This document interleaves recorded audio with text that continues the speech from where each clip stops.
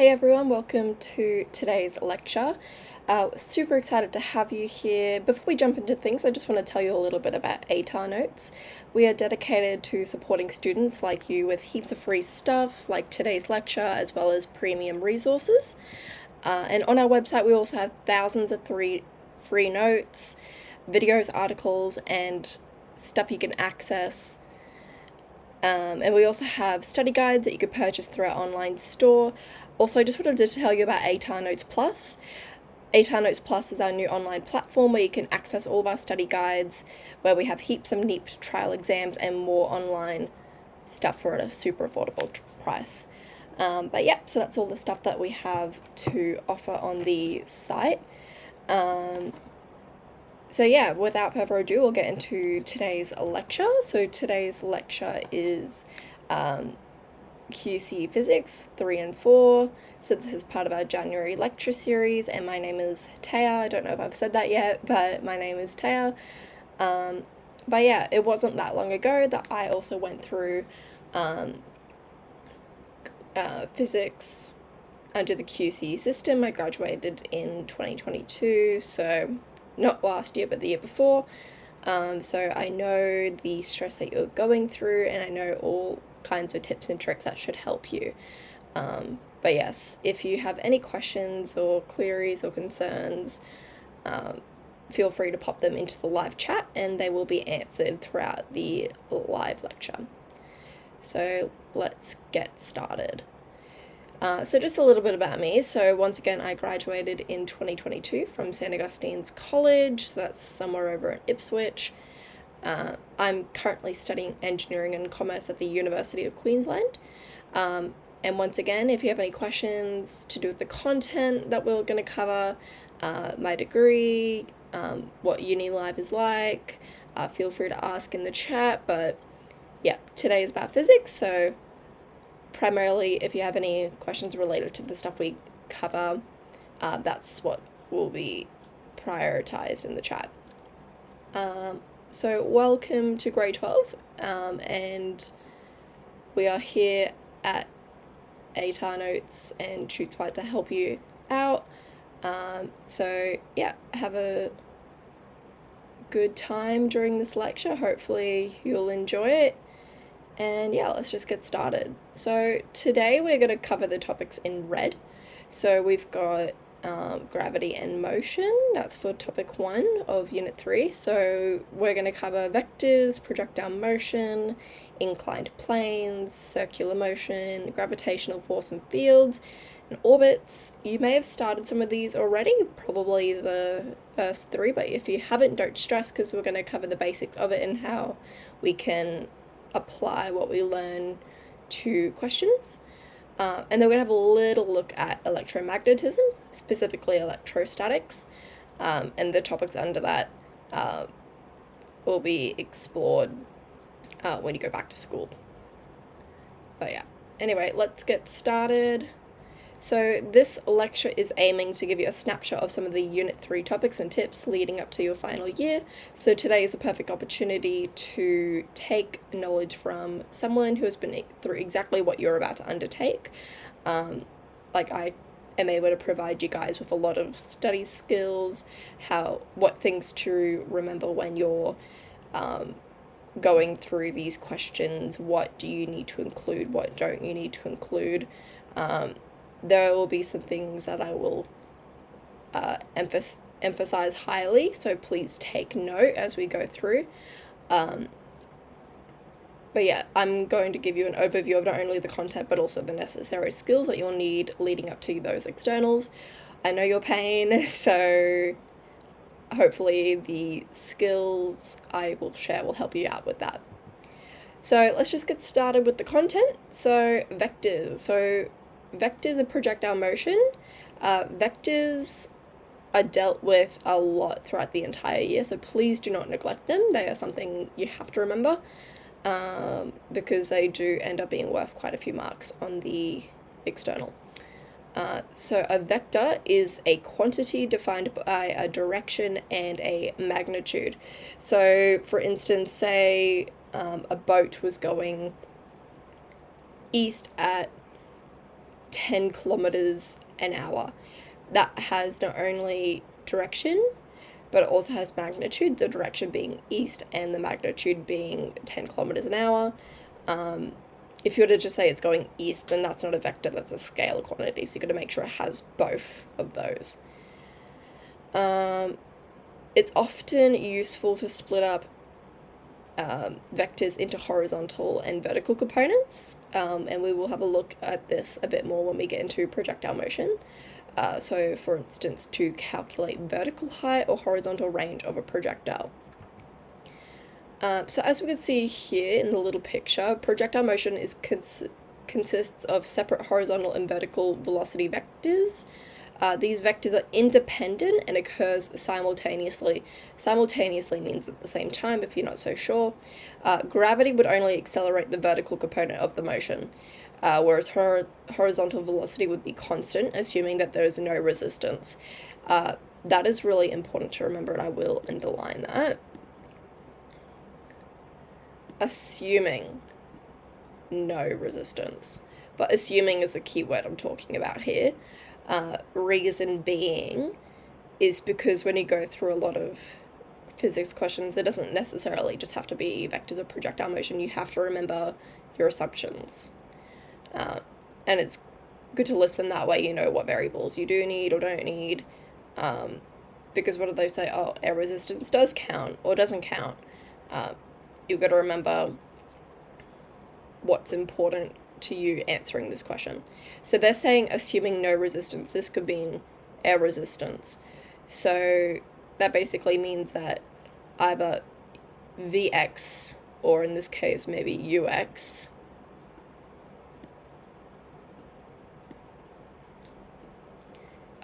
is constant between these parts, because they each have the even number of spaces. They're all the same size, so that means the velocity in the x direction does not change. However, due to gravity, Uy, or Vy, depending on how you look at it, I'm just going to call it Uy, the strength of gravity, that acceleration due to gravity, brings that cannonball closer and closer to the ground faster and faster. So it starts off really weak and then it gets stronger. So you could see that these gaps tend to widen. But yeah, always remember that Ux, or the horizontal component of velocity relatively stays the same, assuming no resistance, whereas vertical velocity changes due to gravity. Alright, now let's get into the formulas that we need. So we've got a few here that we're going to deal with, and I've already kind of talked about a little bit about some of these variables, but we're going to go over what each of them are, because sometimes people see S and they're like, wait, what is that again? Wait, why is it SY? Wait, why is it squared? So I'll go over what each of these formulas are for really quickly. But before I even do that, I just want to say, in physics, at least for the QCE system, gravity is 9.8. It's not 9.81, it's not 9.79, as I've seen in some textbooks, it's 9.8. Just leave it as 9.8. But yeah, so just remember that it's always 9.8, and that's what it says outright in your formula sheet as well, so just stick to that. Okay, to the formulas, so let's look at this first one. So we've got Vy, and Vy is velocity in the y direction, so the vertical direction. And I'm just going to do a little drawing down here. So say something gets thrown up in the air and comes down to land. As you saw on the last slide, I used Ux and Uy, and there's a reason for that. So I'll show you now. Up until about this point, initial and vertical velocity is signaled by u. So this is initial velocity in the horizontal direction. This is initial velocity in the vertical direction. Oh wait, did I say horizontal for the bottom? Horizontal is ux, uy is vertical. There you go. Sorry if that was confusing, but it's the u stands for like initial velocity. Okay, and then if I get another color, you'll notice throughout this lecture that I love using the different colored markers. Yeah, because then the ball in this scenario reaches a point where velocity in the y direction reaches 0, and then it just starts descending, all in the while when ux or vx stays the same. So now it starts turning the other way after that halfway point. So this is Vy, so that vertical velocity changes its direction. And then we've got that horizontal velocity.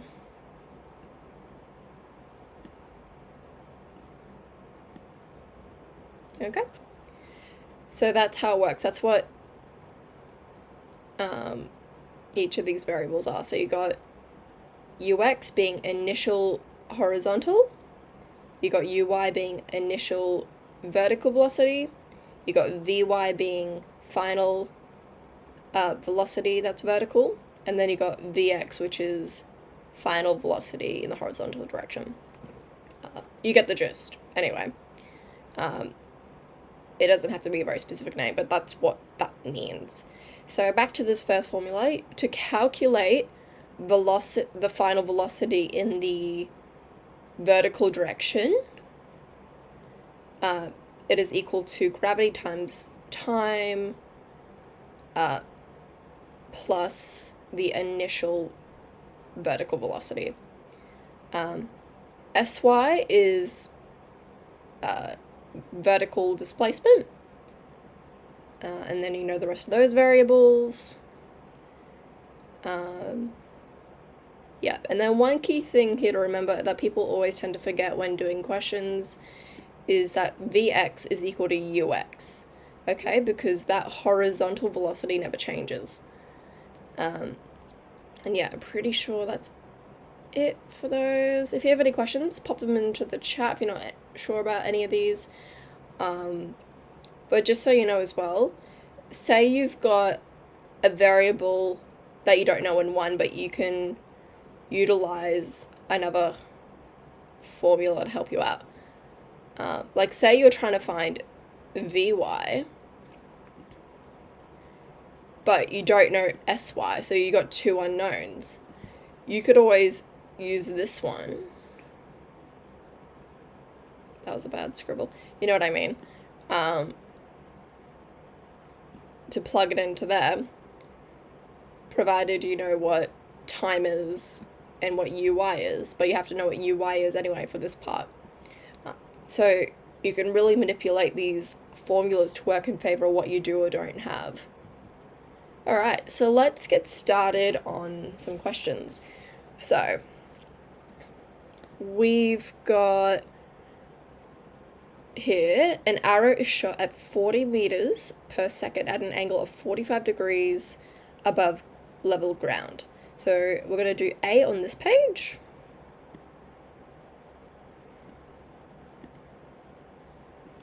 Draw a diagram showing the trajectory and initial velocity vector. So, alright. So it gets shot straight up in the air like that.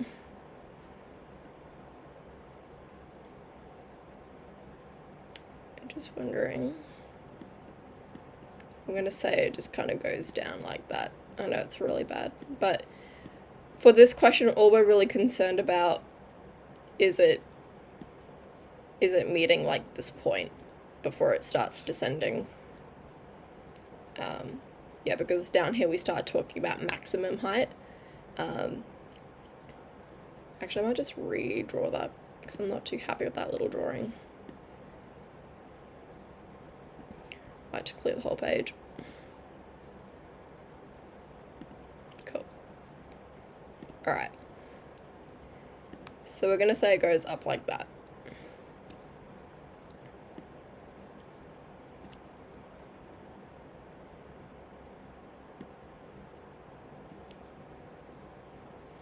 Alright.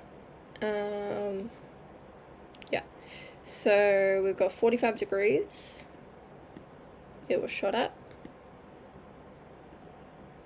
And the initial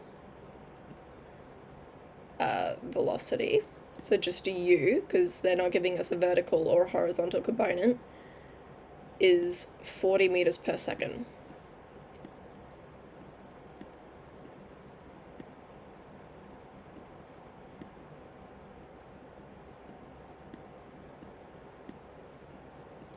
Alright. And then this is kind of like the halfway point where it starts going the other way. So we've shown the trajectory. Just put in arrows just in case. And the initial velocity vector. So this is the initial velocity vector here. The one that I draw very poorly. Okay. Now we need to calculate the horizontal and vertical initial velocity of the arrow. So we'll probably do it on this page as well. Call it B. I don't know how to do all the letters. Sorry about that. Okay. So you might be thinking, okay, how on earth do we calculate uy and how on earth do we calculate ux? If you've already started this, then terrific. Put it in the chat and that will be checked. But yeah. So this is being fired, and uy is opposite this angle, okay? This is the hypotenuse, so think of it like trigonometry, SOHCAHTOA, and this is adjacent. So to calculate ux, that's our adjacent, so we're going to be using cos. So cos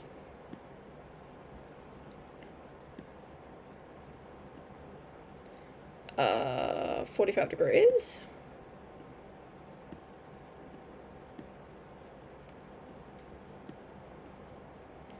multiplied, oh not multiplied, sorry, that was a mistake. Cos 45 is equal to ux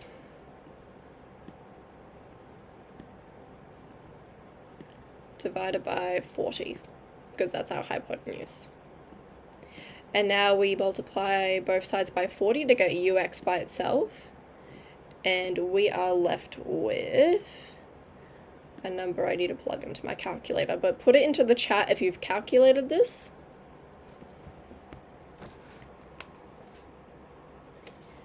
So cos 45, and also make sure if you're doing methods or specialist and you're using a graphics calculator, make sure it's in degrees, not radians.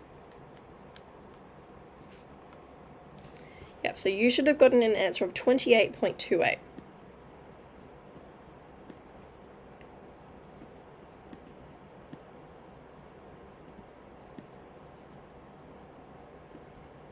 And that's in meters per second because we have to use the same units. Okay, and now it's going to be very similar for uy, but this time we're dealing with opposite and hypotenuse, so we're going to use sine.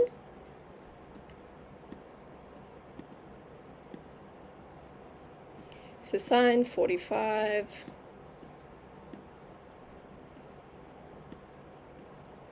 is equal to, what's her name, uy over 40. Then once again you multiply both sides and you will find that uy and ux is the same, 28.28, and that's just because that's the way the math works. we just happen to get both the same answer. And if you wanted to check this and like do some of the Pythagorean theorem, then by all means check, but you will end up with 40 if you were to do so. But yeah, so 28.28, that's ux, and it's also uy. Okay, now using that, we now need to calculate the time of flight of the arrow. So we're going to go over here, see the time of the flight of the arrow. So for this, we are going to need the formula Vy is equal to gt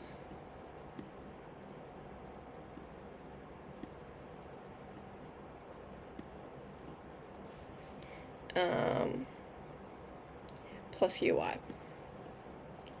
Now,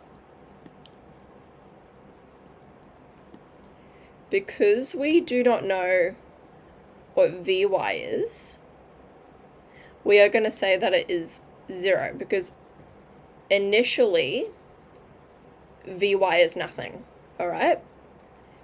And we're just going to use the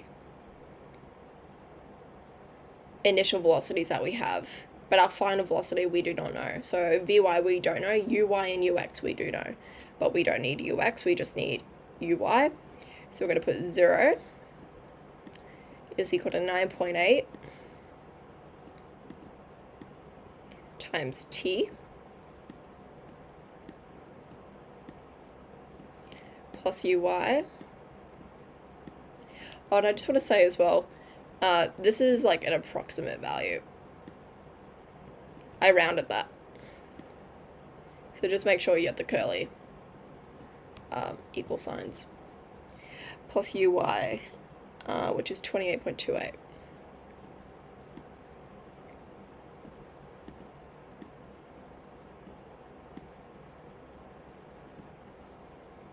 Okay, and then we're going to rearrange, so this is going to be negative 28.28.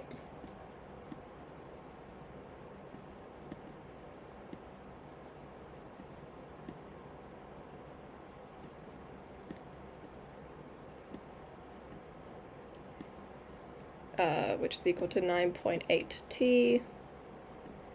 Now you're probably thinking, hey, we're going to get a negative answer. Well, remember that gravity is actually a negative value, so we're actually going to end up with a positive value.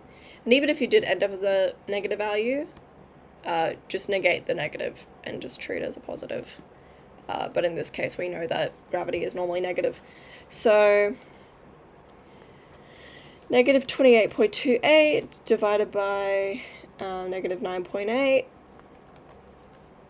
that's going to be 2.8, I'm going to round it to 2.9 seconds, 2.89 I should say. Always round to 2 decimal places if they don't specify what you need. Alright, next we need the maximum height of the arrow, so we're going to do it on this page as well. So the maximum height. This is where we need, where is it? Yeah, sorry, I was just looking at my little note there. So we've got v squared y is equal to 2g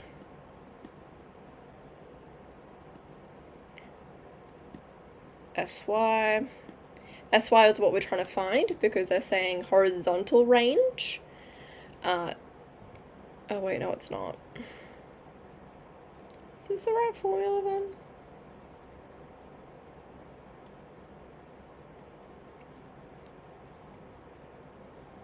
Oh, sorry, I was looking at the very last one. I was meant to be looking at the one above it. Sorry if I just confused you guys. Calculate the maximum height. Yeah, then that's fine. Sy is fine because height is dealing with the y direction. So we need to find out what that will be.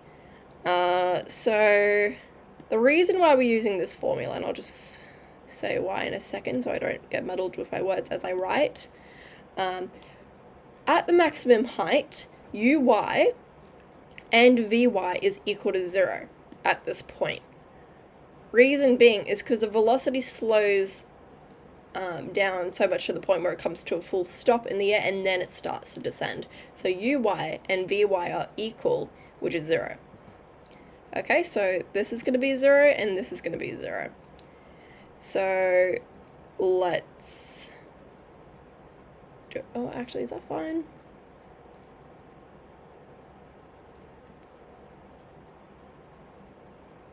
Didn't write it in my note.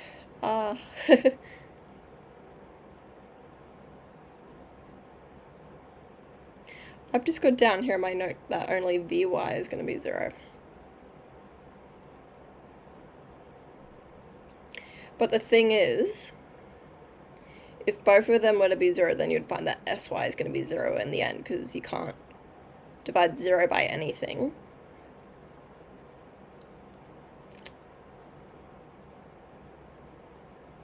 That puts us in a bit of a pickle. Little bit of a pickle. Just quickly see if there's another way we can figure this out.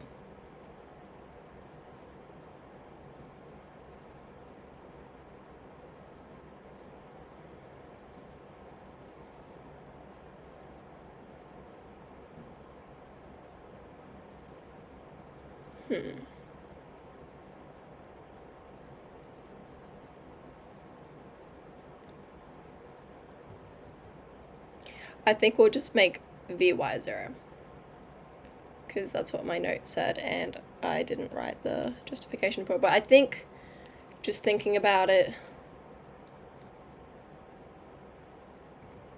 I mean, logically, Uy would also be 0 at that spot. But it can't be, for the sake of math, so...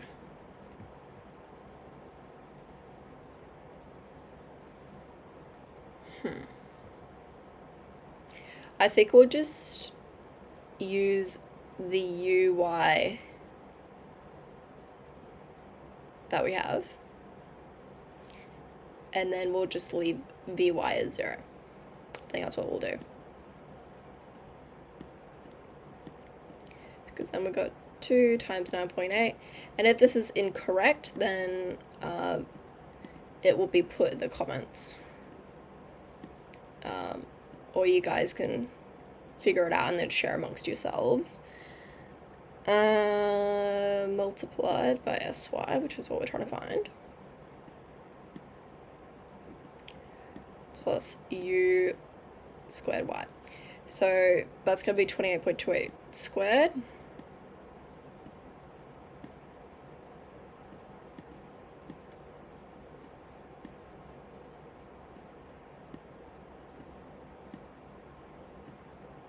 Alright.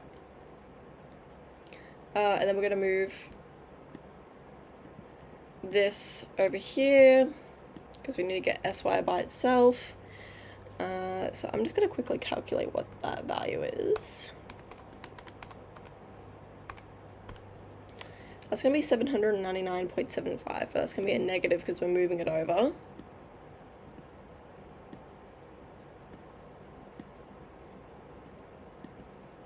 Oh, it's actually be 0.76. And then we've got 2 times 9.8 times Sy.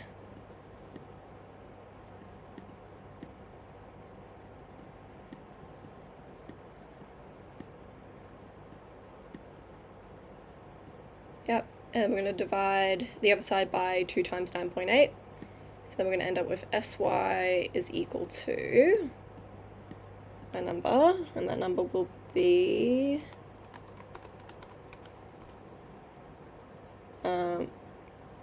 okay, we're thinking here negative 40, but once again we can't have a negative distance. We're just going to negate the negative. I'm going to say 40.8.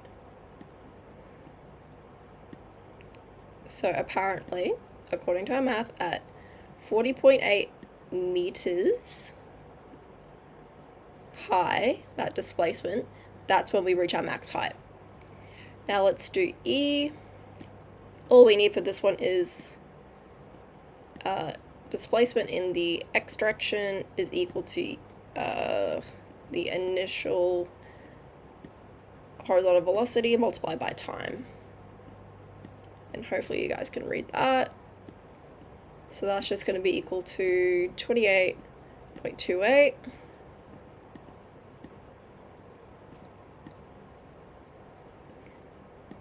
multiplied by 2.89. So 2.89. Oh, it's literally right there. Yep, 28.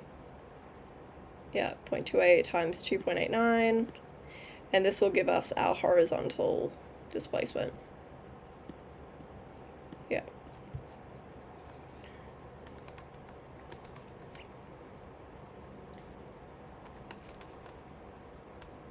Yep. So our horizontal displacement will be 81.73 meters. If you have any questions about this question, feel free to pop them in the chat. Otherwise, we will move on now. All right, inclined planes. Hopefully you guys would have done a little bit of this already in last year's term. My school definitely did, and I know a few other schools do, but it really depends on where you go. But this is a good topic to really understand well, because it's worth a lot of marks. So, vectors, inclined planes. Obviously, mass, it's an amount of matter in a body, and it's measured in kilograms. Whereas we have weight as well, and that is the force of gravity which acts on a mass when placed within a gravitational field. And that is measured in newtons, and those are the units that we describe them in. And we also have a thing called normal force, and normal force is the contact force perpendicular to the surface of the object, and it's measured in newtons. But yeah, I think the best way to really learn this topic is to just kind of practice it, and that's what we're going to do at the moment. So first of all, we need to calculate... Oh wait, did I even read the question? I don't know. Maybe not. Question 2. So this diagram depicts a free body diagram of a 1,000 kilogram roller coaster on the first drop of the ride. It asks us to calculate the net force and acceleration of the roller coaster, and we have to assume a negligible effect of friction and air resistance.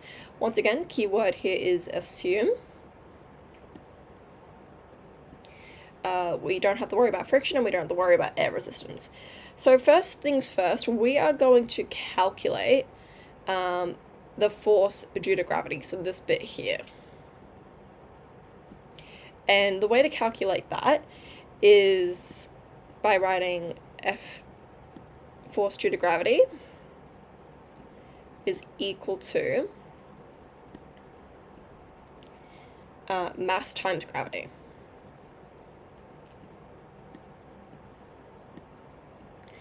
And like I said earlier, the way to calculate that is our mass. So we got 1,000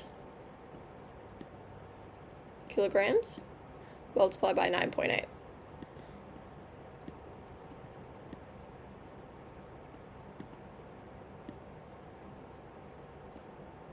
All right, and then we will end up with 9,800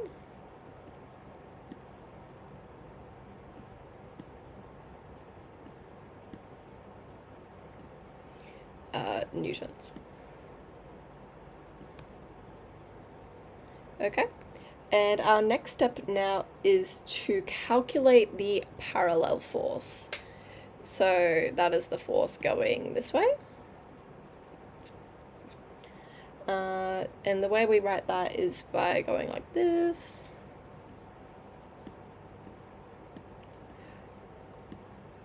And that is equal to the force due to gravity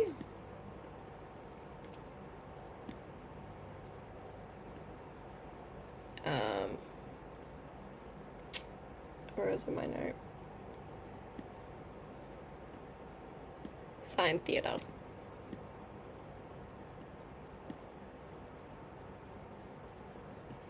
Okay.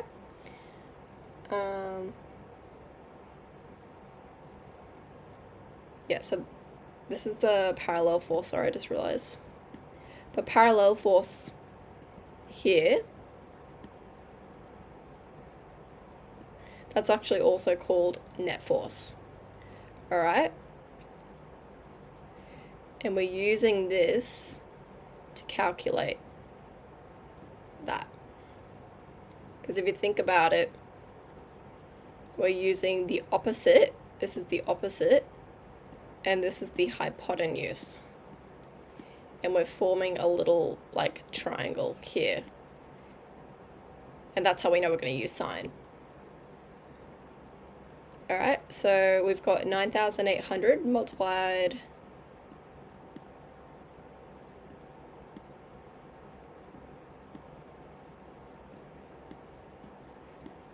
by sine 60.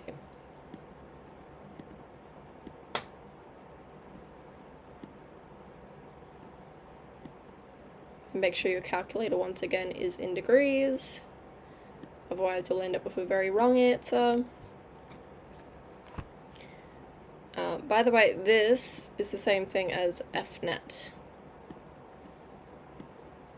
I just learned it a couple different ways at school. And then when I go around to external, I was like, wait, which way did QCEE want again? So 9,800 multiplied by sine 60. And that is 8,487.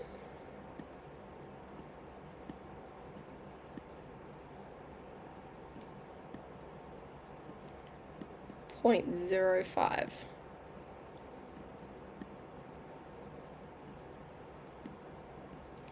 Newtons. So that is our net force that we've just calculated. Whoop. And now we need to calculate the acceleration, and the way we do that is we go F is equal to mass times acceleration. So how fast that roller coaster is moving down that slope. So we've calculated the force at which it's moving down that slope, and now we just need that acceleration.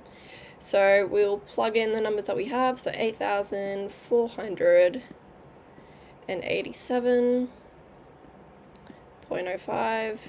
Oh, and once again, sorry, I rounded this. A lot of these are just rounded. 0.05 newtons.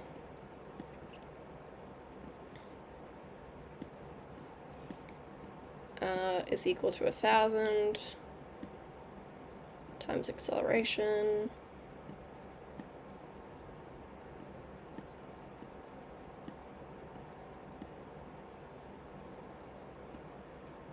We divide both sides by 1,000. So now acceleration is equal to 8.49 approximately. Sorry, the approximate symbol. 8.49 meters per second, which is quite fast. Alright, if you have any questions about that, feel free to ask in the chat and they will be answered throughout the live stream. Alright. Now we've got this question. So it asks us, the diagram below shows an object initially at rest on a frictionless plane. Calculate the time it will take for the object to slide 10 meters along the slope, and we are to show all working. And just with the end bit there, show your working, make sure you show as many steps as possible, because a lot of half marks are awarded, even for just units, writing the empty formula, then filling in all the variables that you do or don't know, rather than just jumping straight to the answer or plugging in the numbers and then spitting out your answer. Sometimes showing those 3 or 4 steps actually does come a long way marks wise, so make sure you're including as many as possible. Yeah, so we need to calculate the time it'll take for that object to move 10 meters along the slope. So we need to use the formula force due to gravity to calculate mass, the mass that we're dealing with. So we know that the force due to gravity is 45 newtons, but we're going to use that knowledge to find out what our mass is. So we've got force due to gravity is equal to mass times gravity.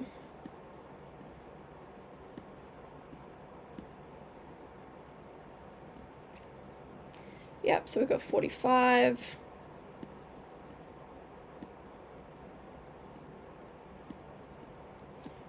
Is equal to mass times 9.8.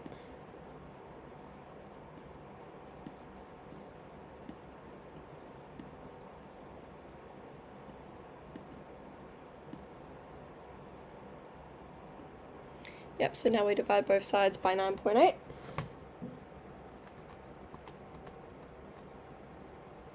And we end up with 4.59 for our mass. Kilograms, that is. Make sure you remember your units. They're worth half marks. So 4.59. So not a very heavy object.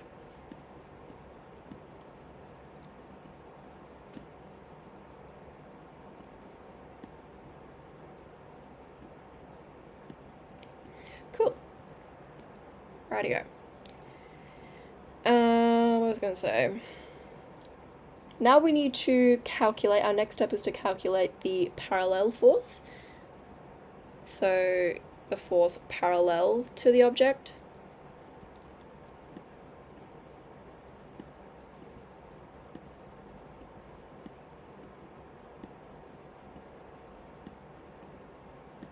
And that is equal to, what was I going to say? Yeah, so I'm pretty sure that's like, that's it, like going down the slope here.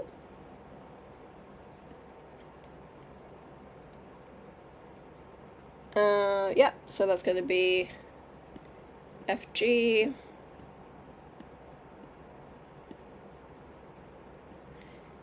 multiplied by sine theta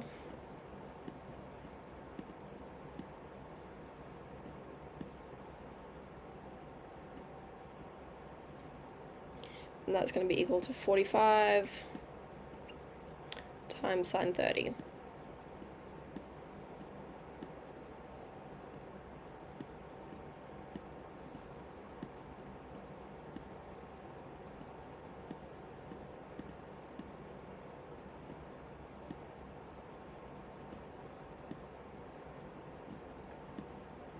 Right. And then we end up with 22.5 newtons for that.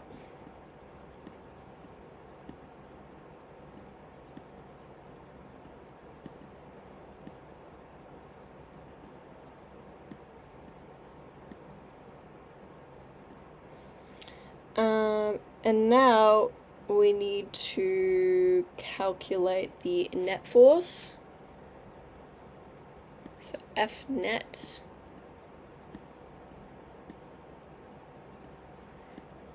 is going to be equal to the parallel force multiplied by the frictional force that we get given, which is 12.5.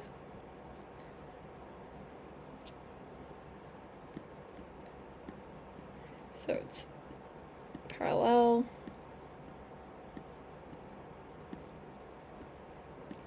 minus FA or FF. It's friction. Well, it says frictionless, so it's going to be FA. So we've got 22.25.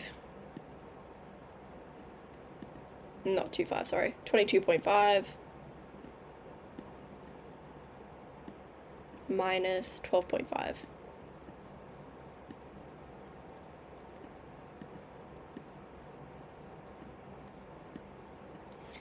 And that's going to be equal to 10 newtons.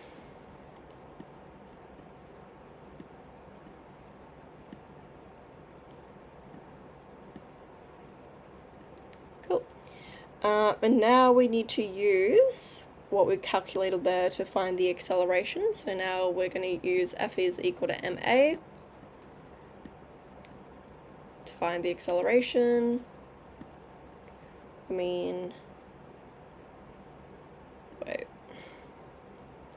Do we have the mass?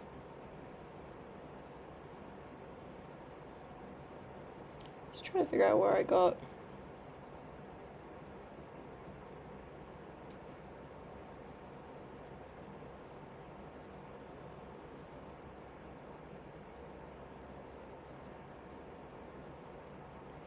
Don't know where I found the mass from. I've got a mass and I'm like, where did it come from? Oh, we calculated that first. Sorry. Yeah, there it is. I was like, where did the mass come from?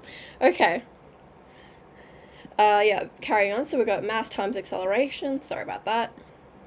I was like, did we calculate the mass yet?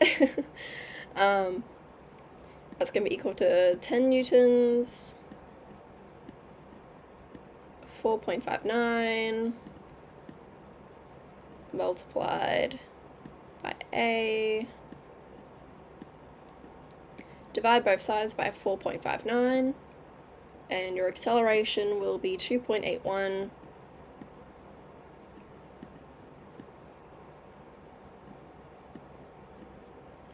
meters per second squared.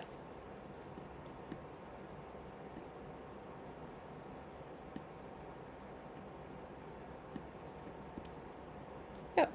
And now we need to use that to finally calculate our time. So it was a lot of steps to get to that point, but we need to find out what that net force is in order to find out what that acceleration of that object is overall.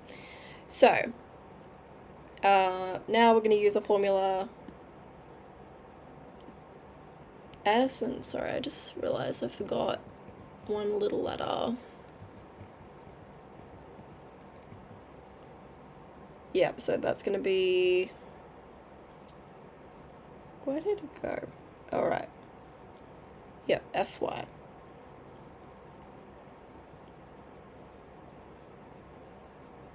Yeah, so we're going to use this one. So SY is equal to half GT squared. I gotta remember this really quickly. Wait.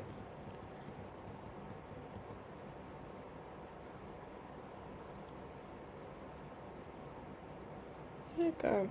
Write mine different. Yeah, so we're actually going to modify this one a little bit. So I'm going to write down the original. So SY is equal to half GT squared.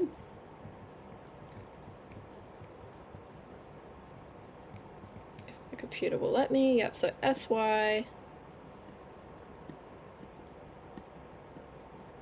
is equal to half GT squared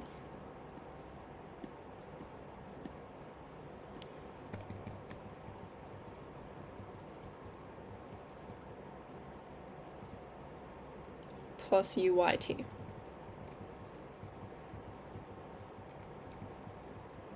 Oh, there we go.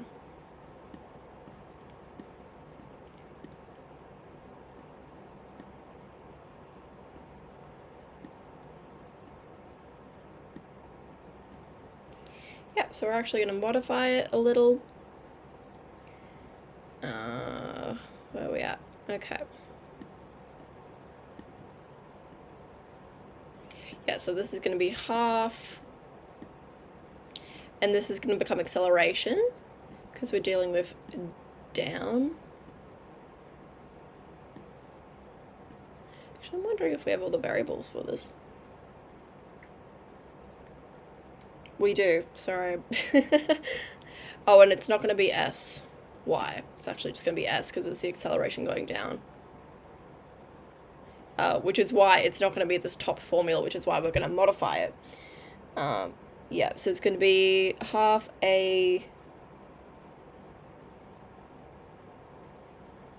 Oh, is this one in your formula sheet? No, I'm wondering. Okay, I've got this formula here. It should be in your formula sheet. It basically looks like that top one, but just a little different. So it's S. I'm pretty sure we used this one when I was in physics. UT plus half AT.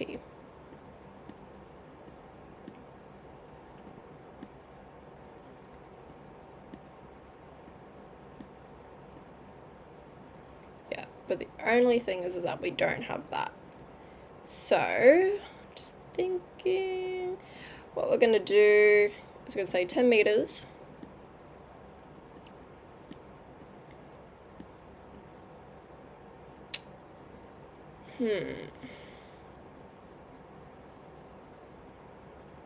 Doesn't look quite right.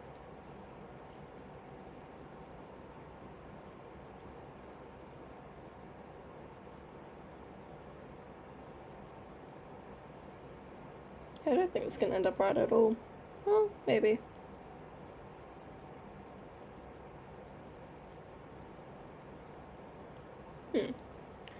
Radio.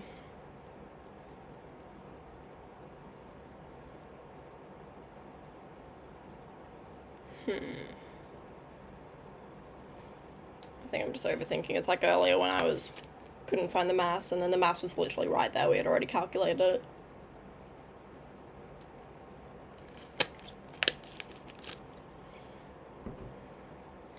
Initially at rest. Oh, maybe that's the hint here. Okay, yeah, initially at rest. That means that U is going to be 0. Sorry about that. Brain had a moment.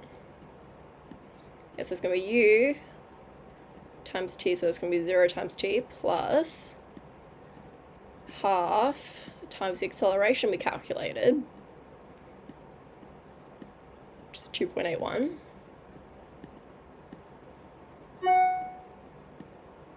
Multiplied by our time. Yep, so we're going to end up with 10.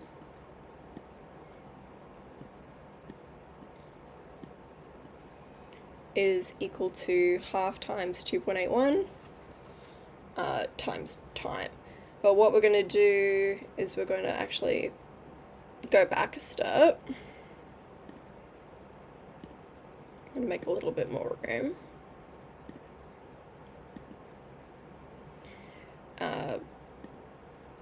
And just have this already divided. So divided by half times 2.81.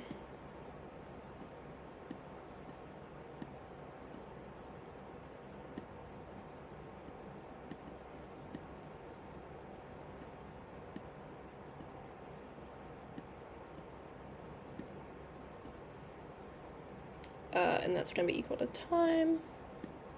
It's now time.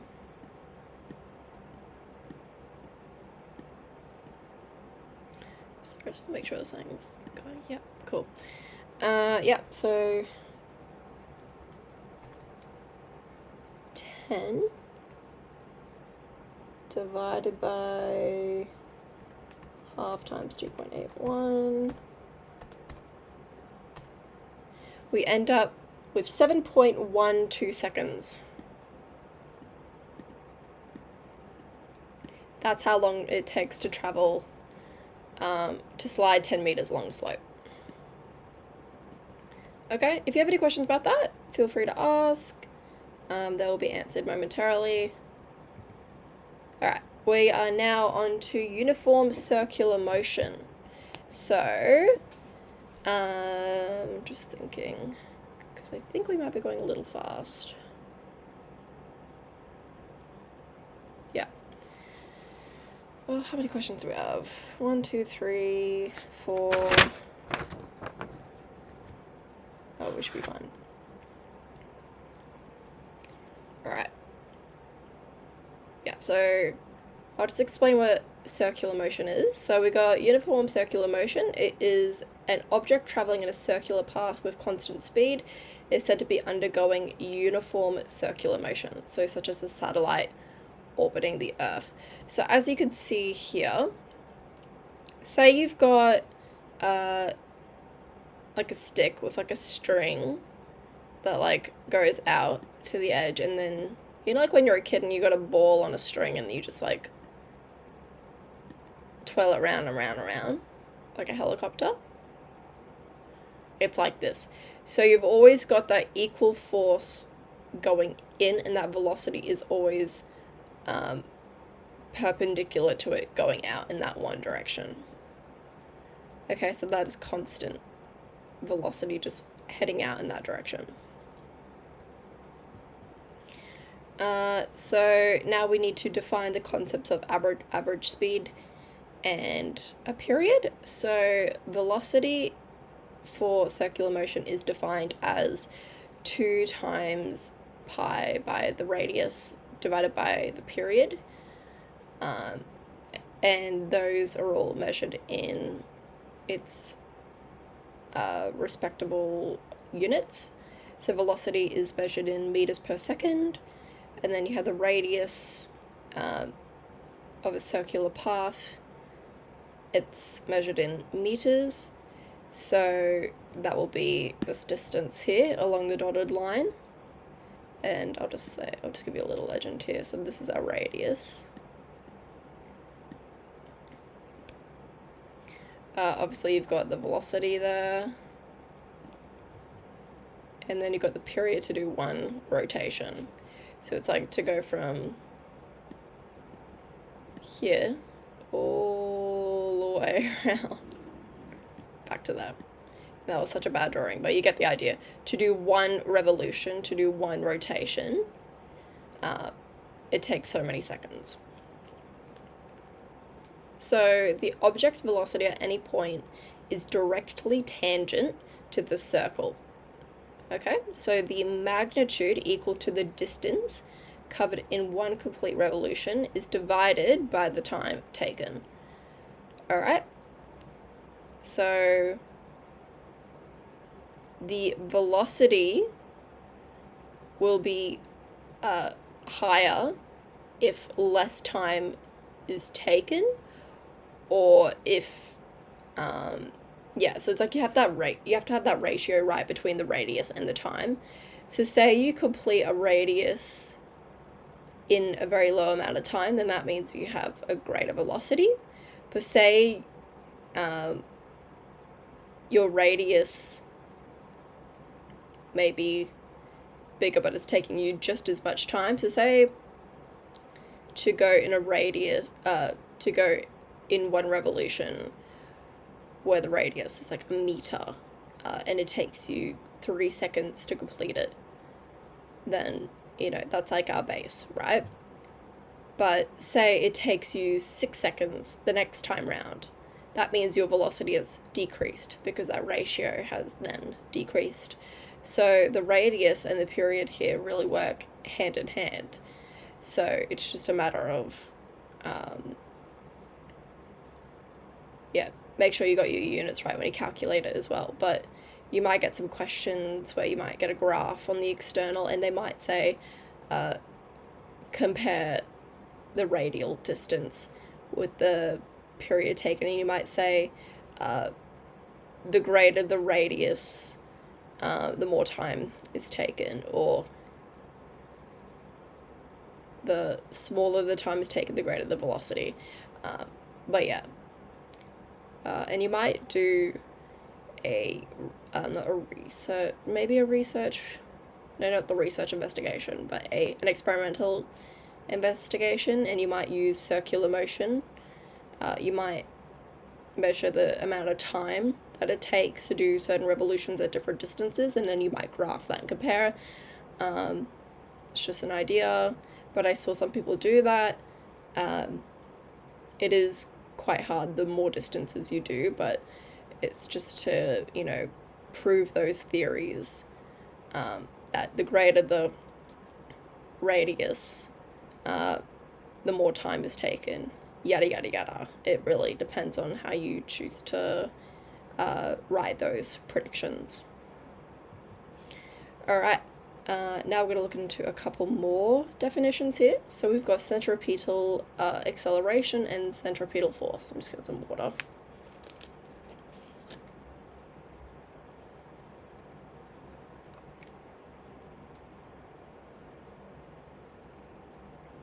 Okay.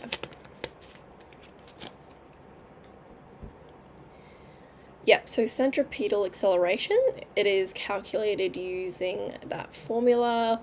Acceleration is equal to velocity squared over the radius.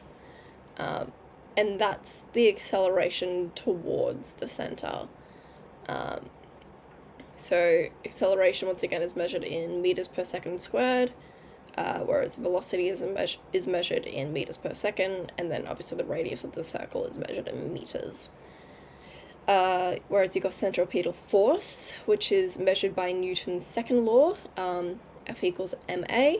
There must be a net force directed toward the center to cause this acceleration, which is called a centripetal force. So this centripetal force, the formula then becomes mass times velocity squared divided by the radius, the force of which is moving toward the center. So just like how we have here, this is that centripetal force. Yep, so that's measured in newtons. Once again, our velocity is the same, the radius of the circle is the same. So now we're going to do this question, and this covers the criteria that's above that. So solve problems involving average speed of objects undergoing uniform circular motion, and solve problems involving forces acting on objects in uniform circular motion. So it's really integral that you understand how to do these kinds of questions, because they are multiple step. Everything we're doing today, all these questions are multiple step questions. When you start getting into the more theoretical stuff that you'll find in Unit 4, like, what's it called? I forgot what the topic's called. Not quantum theory, although that's interesting in itself. Oh, what is it called? It's like the one where you've got like twin A goes off to outer space and then comes back. It's where you've got like the different perspectives. You know what I mean. You know what I mean. And if you don't, then you will see. You've got some topics where it's quite conceptual in the way where you've got to like answer it in sentences and stuff, whereas the content we're covering today is much more mathematical, and you have to remember lots of little things when doing these calculations, such as for inclined planes. What is net force? What is force due to gravity? Vectors, it involves magnitude and direction, or for circular motion, what the different forces are and where are they moving. Yeah, and there's a lot of different formulas to remember, but most of them, I should say, are in the formula sheet. But yeah, that's just something I just want to point out. But yeah, if you have any questions about that, feel free to ask. Without further ado, I think we'll just get started with these questions. So we've got about 1, 2, 3, 4 questions left for today. But I do want to say as well, if you feel confident in doing these questions, if these are topics you've already done before, by all means go ahead and do them and then check your answers as I go. But if you haven't done these before and you feel like you should have, or you're just worried about them, don't stress, because it is still very much early days. You've got months and months until you have the exam, and this is stuff you may not even have covered in school yet, so I wouldn't stress too much. But yeah, just do what you can, and hopefully most of what I say makes sense. But once again, if you have any questions, feel free to ask. And if there's something you're not so sure about, but you want to go ask your teacher, take a photo, ask a friend, check your textbook, check the ATAR notes resources if you have access to them. But yeah, all the support you need is around you. So yeah, we'll just get into this question now. So a car with a mass of 1,000 kilograms travels around a roundabout radius of 10 meters at 60 kilometers an hour. So we've got our radius and we've got our velocity. Calculate the acceleration of the car while in the roundabout. So first things first, I just want to convert this into what we need, which is meters per second. So, so to put that into meters, we need to go 60 times 1,000, so it's going to be 60,000.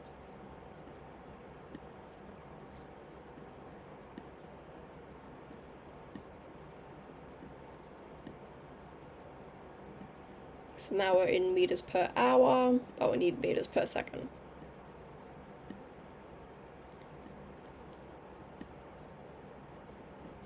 Yep, and there are 60 minutes in an hour, and there are 60 seconds in a minute. So it's going to be divided by 60 times 60. So divide by 60 times 60, so it's going to be 360. So now we're going to end up with this calculator. 1.66.67, I'm going to say.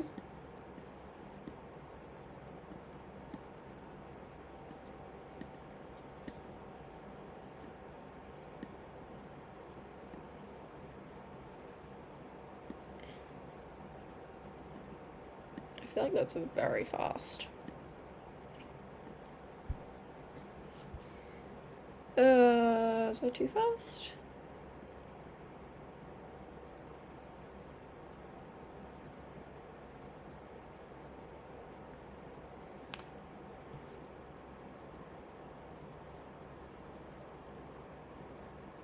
Doesn't look like it. If there's anything wrong, or if you notice anything wrong, feel free to put it in the chat, because that would be good to know. I'm sure this wouldn't have been the first mistake I made, but I checked all this beforehand, so we'll see. I think we'll just go with that number, because if you think about it, there are 60 minutes in an hour, so you divide it by 60 to find it for 1 minute, and then you divide it by 60 again to find it for a second. So that looks fine. So we're just going to say that it travels at that.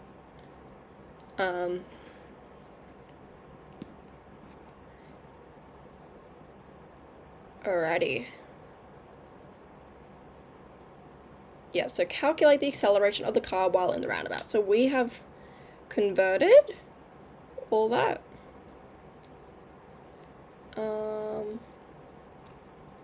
So now let's put down A. So we're going to use the formula acceleration is equal to velocity squared over radius squared.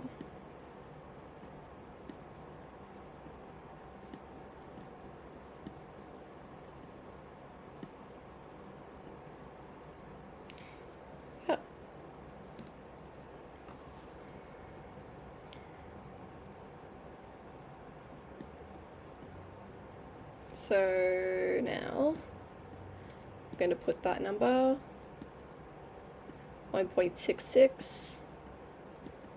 Oh wait, no, sorry, 166. Ooh, sorry, I'll just erase that.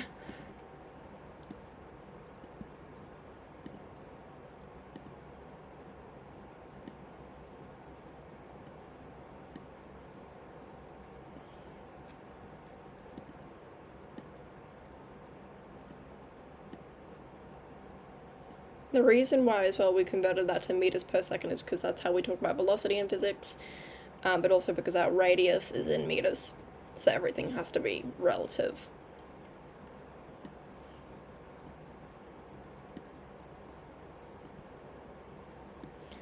Divided by radius squared. Yeah, so 10 squared, so that's just going to be 100. Yep. So that's going to be, put in the calculator.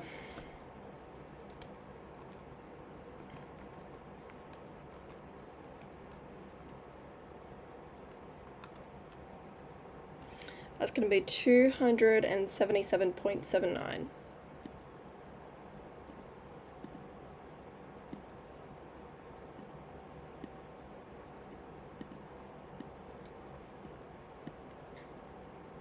Meters per second squared.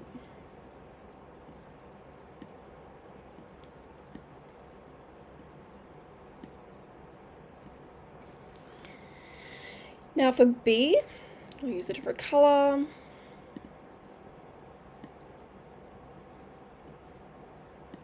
They say to calculate the net force on the car.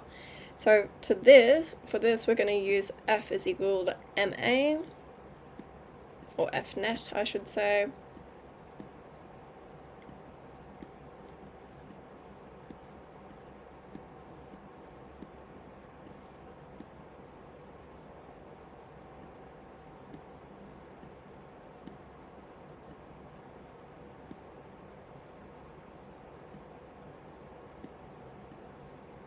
Alright.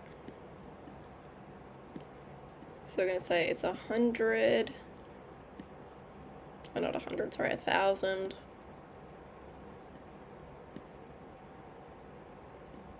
multiplied by 277.79.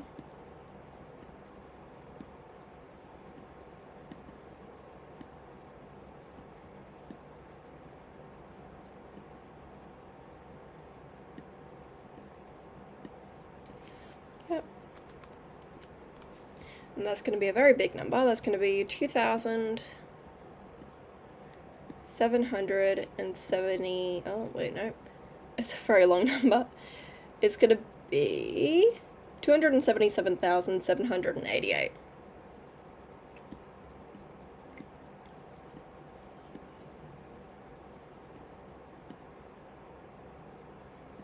.89. And this is an approximate, by the way, because I rounded. Once again, that's going to be in newtons. So a lot of force.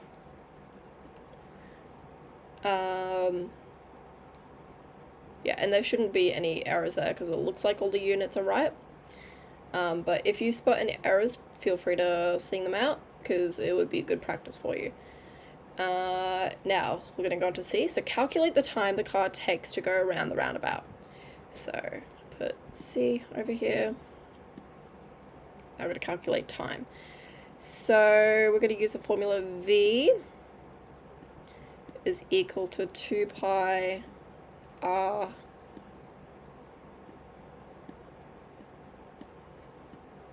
over T.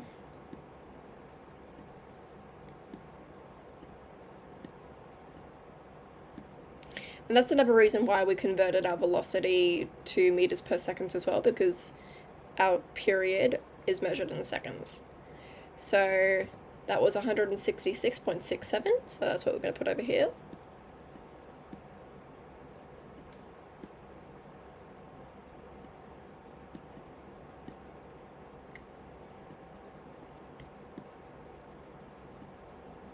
It's equal to 2 pi. Oh, and our radius. Pretty sure it was 10 meters. Yep.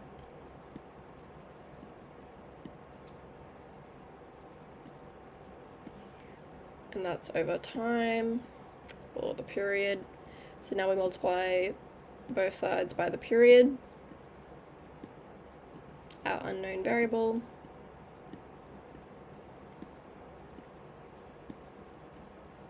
But now we need to divide both sides by 166.67 to get the period by itself. So now it's going to end up being 2 pi times 10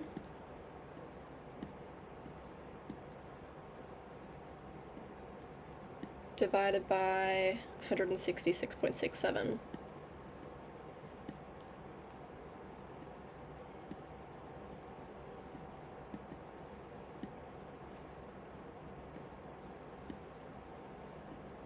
Cool. Now I'll put that into the calculator.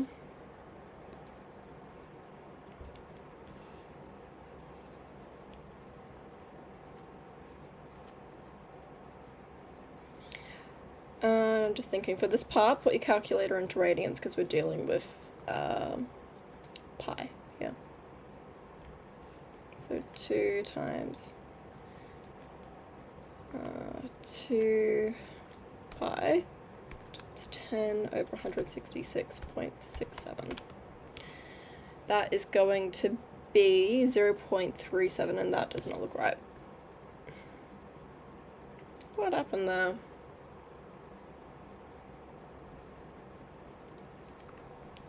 If I put in degrees, does it change anything? Probably not. No. Okay, apparently it takes no time at all, and it's 0.37 seconds. Or 0.38 once we round. Something's happened there.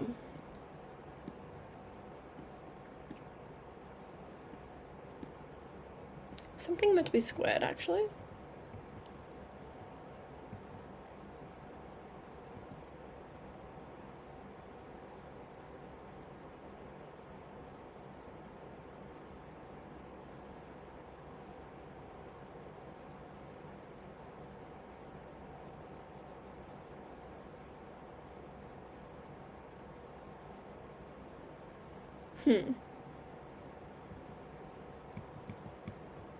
Apparently it's full text. The only reason why I would see an error would be in our conversion in the beginning. But everything seemed okay after that.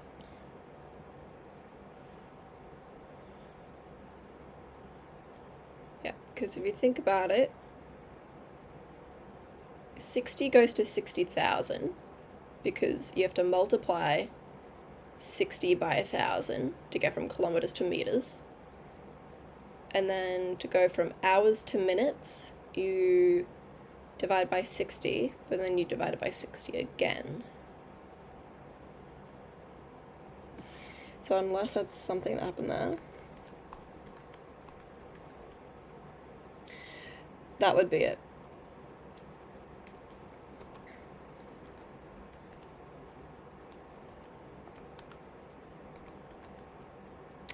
Oh, would you look at that?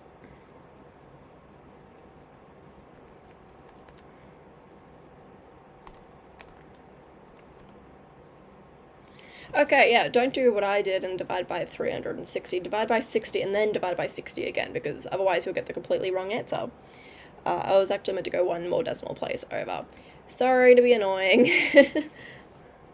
Learn from me, learn from that mistake. I was like, these numbers are a little big. Just a tad big. By about a 10th factor.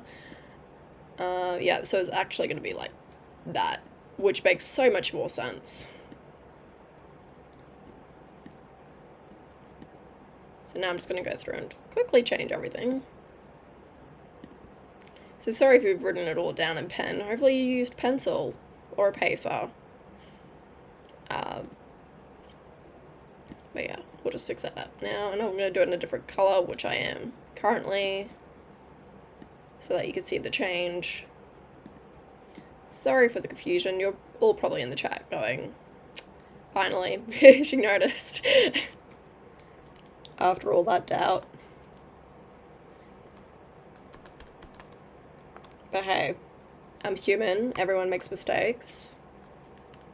Good thing I picked up on it eventually. So that's actually going to be 2.77, but it's actually going to be 2.78 by the time we round.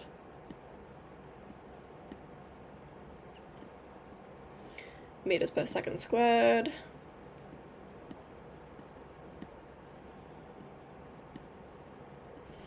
I'll change the thing over here.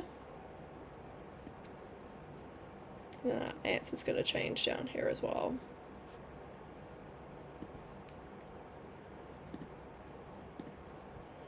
Yep, so it's going to be 2.71. I mean, 78.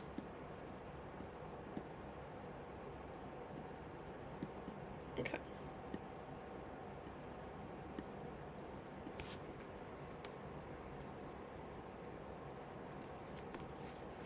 Yep, so that's going to be 277, and I also just kept that number earlier from in my calculator. So it's going to be 2778.89. That's our force.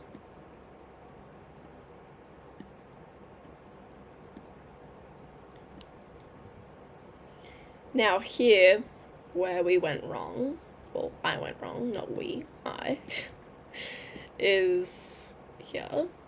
So hopefully we should end up with a much larger distance, not distance, time. And also, if your numbers ever look funky, always backtrack. So always do what I did and just backtrack and just double check because, well, you saw what happened.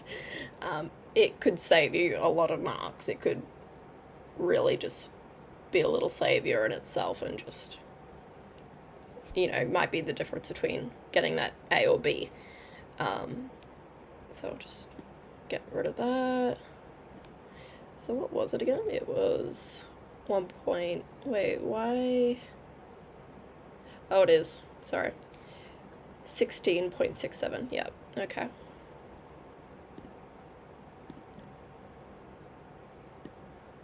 And this was not squared. Don't know why, I just did a little dot there. Ignored the dot.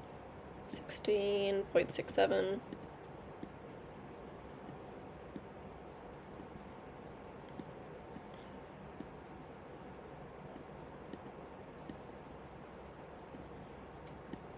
Alright, hopefully that's a bit of a better answer. So, back in radians, not that it really makes a difference. Or at least for this question, for some reason. Times 10 divided by 16.67, and hopefully we get a better answer. There we go.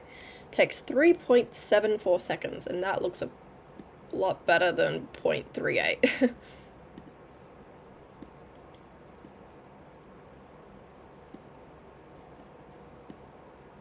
Alright. Now we're up to D. What would happen to the force required if the car speed doubles? If friction between the tire and the road is unable to provide this much force, what will happen to the car? Okay, we'll deal with the first part of that question first. And we're going to do it right next to B because it's talking about the force. So I'll get green. And we'll redo it here and see what happens to the force. So F net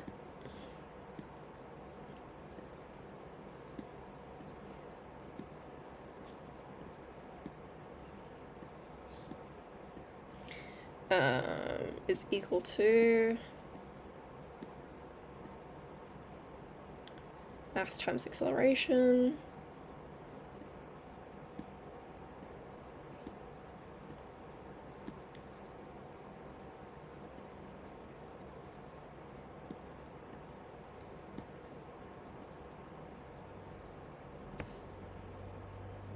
I'm just realizing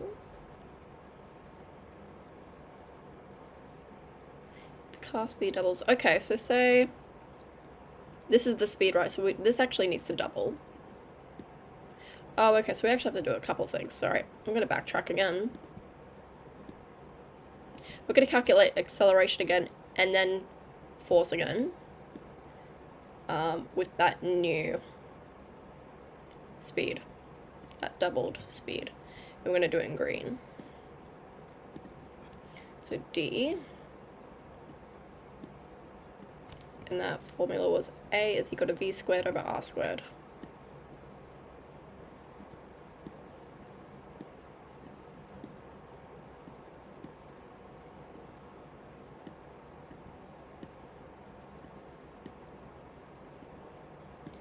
Yep, so it's going to be in brackets 16.67 multiplied by 2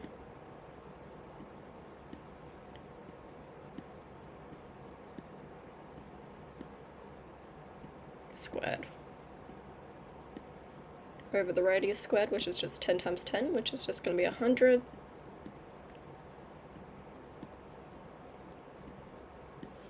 And that should give us, oh, no, I don't know what happened there.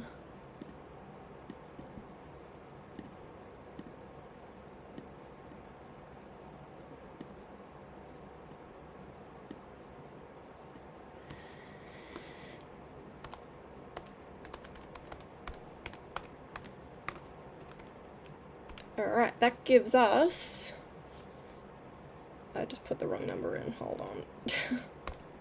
That's better. Alright, that gives us 11.12 meters per second squared, yeah.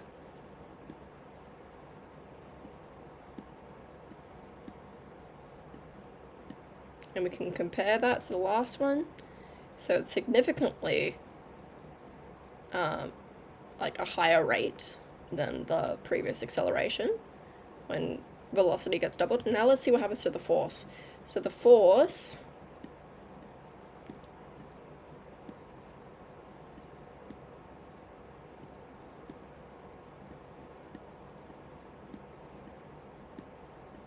it's a mass, so mass times acceleration.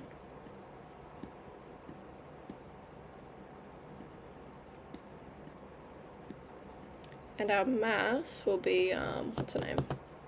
1,000? Wait, is it 1,000? Yeah, 1,000.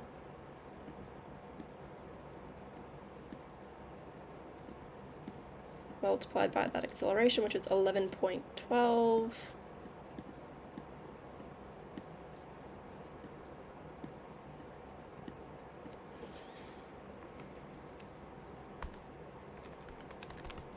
And we get 11,120.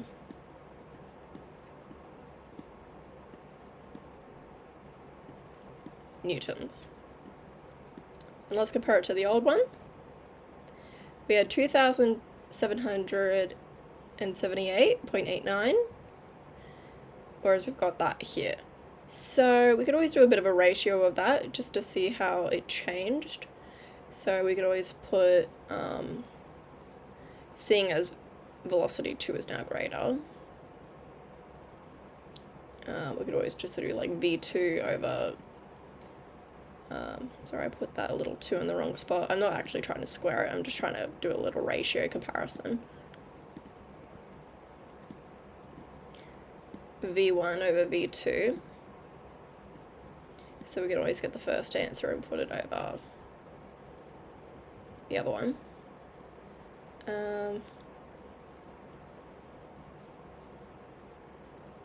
Yeah, because we need to answer that first question in like a word answer. So we could show that ratio and say, well, according to the mathematics that we've used, it, you know, triples or something like that, which is why we're doing this little ratio. You could always do v2 over v1 or v1 over v2. We could do both and just see which one we prefer to say. So that v1 is going to be 2778.89.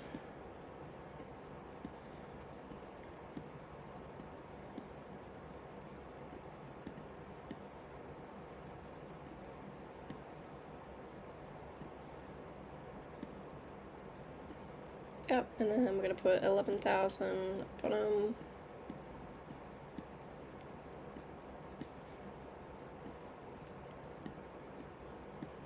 I'll just see what we end up with.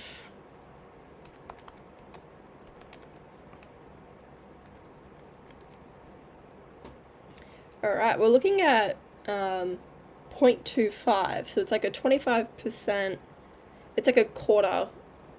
So v1 is like a quarter of v2. So it's like we're looking at 1 over 4. So I think just based off that, it'd probably be nicer to show v2 on top of v1, just so we can say, hey, it's like 4 times the size.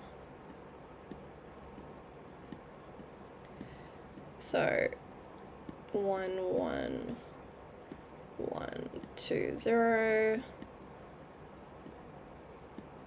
over 2778.89, 78.89.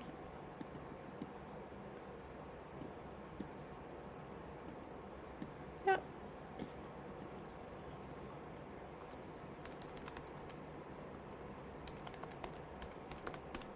Yeah.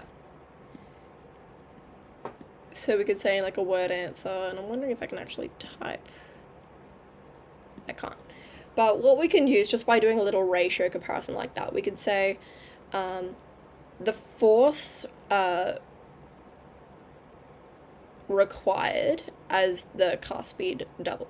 When the car speed doubles, the force required by the car multiplies by 4, goes up by 4. It goes up by a factor of 4. But yeah.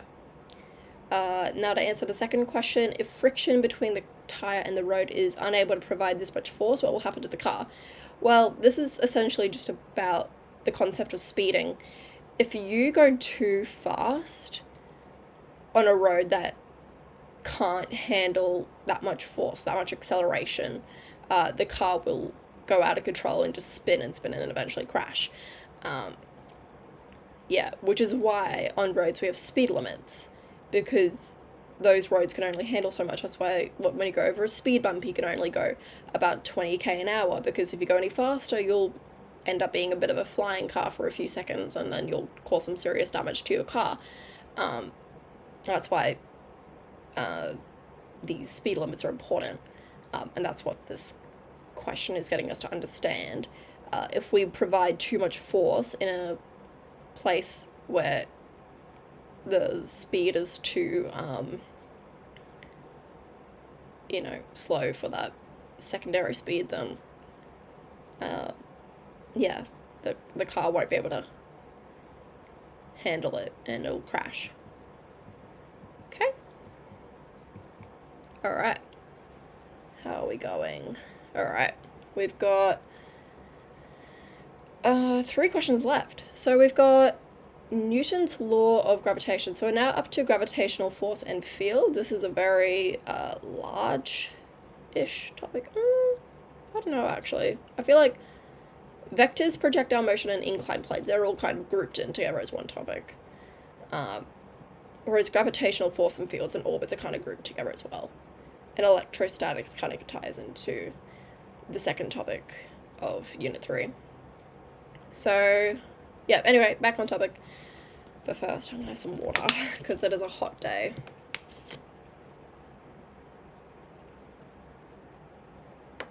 Alright.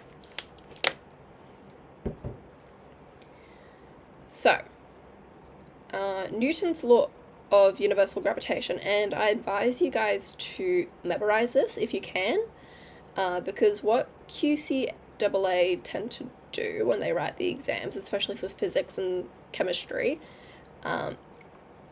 they like to say, pick the right definition for Newton's law of universal gravitation, or the definition of a vector, or something like that. And the wording might be slightly off. And if you actually look at the syllabus, sometimes they actually provide exact definitions that they want you to remember. So that's why those syllabuses are really important as well. So make sure you're making flashcards or palm cards with these definitions. So the law is every object with mass attracts every other object with mass in the universe with a force called gravity. So, and that is where we use the formula. Force is equal to the universal gravitational constant, which is provided to you in the formula sheet, multiplied by the two masses. So mass 1 and mass 2 are the two objects you're dealing with in the space, divided by the distance between the center of mass squared, and that's measured in meters. So now we're going to get started on this question. So this covers the criteria to solve problems involving the magnitude of gravitational force between two masses. In the past exams I've seen, they tend to have at least one of these in part 2 of the exam. So make sure you know this content pretty well. Alright. I think personally, and I'm just gonna say this, I might be totally different to other people. I found Unit 3 harder than Unit 4 because Unit 4 was a lot of theoretical, whereas Unit 3 is a bit more mathematical. So I found that Unit 3 needed a bit more practice, which is probably why they teach it to you first. So just keep that in mind. I just wanted to say that before I forgot. Calculate the gravitational force the sun exerts on the Earth, given that the radius of the sun is 6.95 by 10 to the 5 kilometers, and its mass is 1.496 by 10 to the 8 kilograms. The radius of the Earth is 6380 kilometers, and the distance between them is 1 astronomical unit. Now, I just want to make a note here. 1 astronomical unit. I have never seen when I was studying physics at least, I have never seen them use the term astronomical unit. I looked at the formula sheet, couldn't find it for the life of me, so I don't know whether this is something that is now needed to be memorized. Because that's actually something I had to go and Google, an astronomical unit.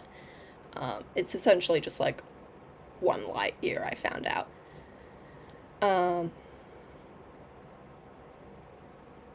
But yeah, anyway, I'll share that with you in a minute. But if you wanted to start putting it into that formula and have a go at it, I advise you drinking a bit more water, which is why I say to get started now. But remember your conversions, because these are given to you in kilometers, and you need your distances between the centers of mass to be in meters. And that's something that always trips people up. Alright. So I'm just going to get started. So we've got force.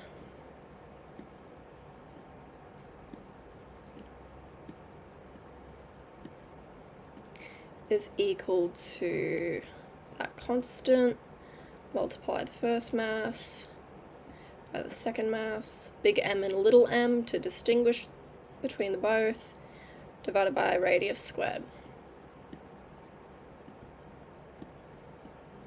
So now we've got our constant, which is equal to 6.67 by 10 to the negative 11.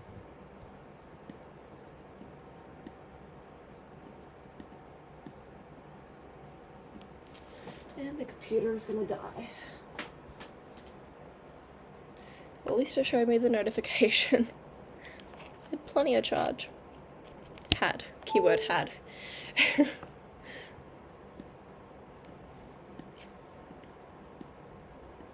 Yeah, so by 10 to the negative 11.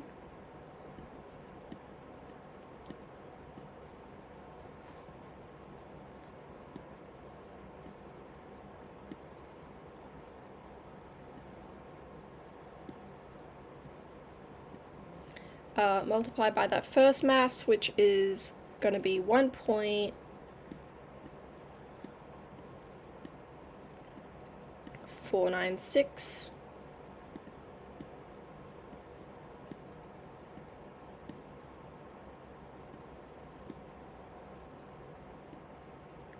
by 10 to the 8.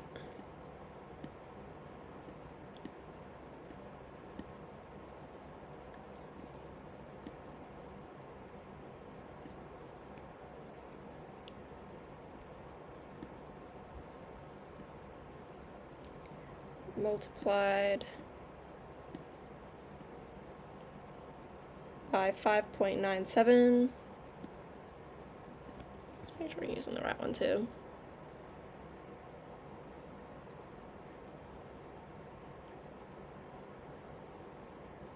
Yeah, 5.97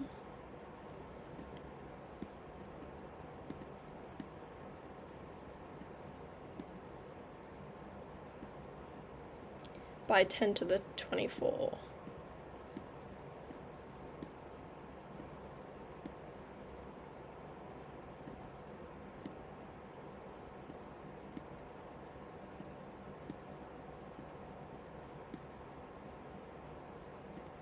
Okay.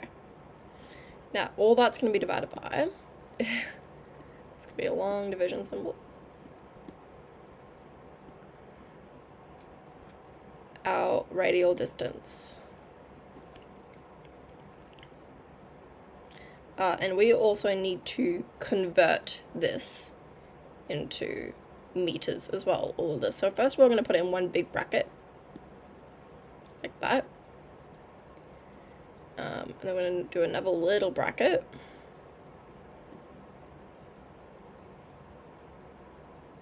I'm going to start writing it in, so 6.95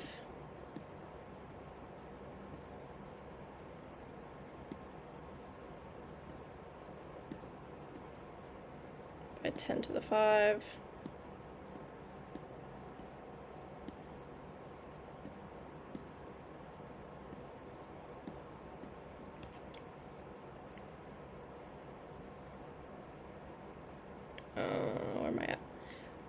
plus, because we've got to add these radial distances, 6380.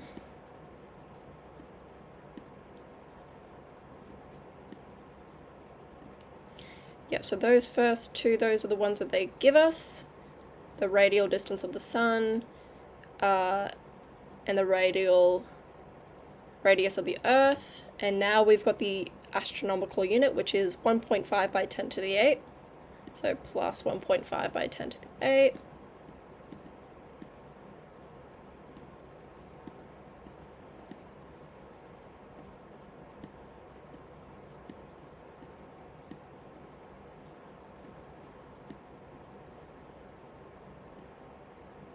By 10 to the 3.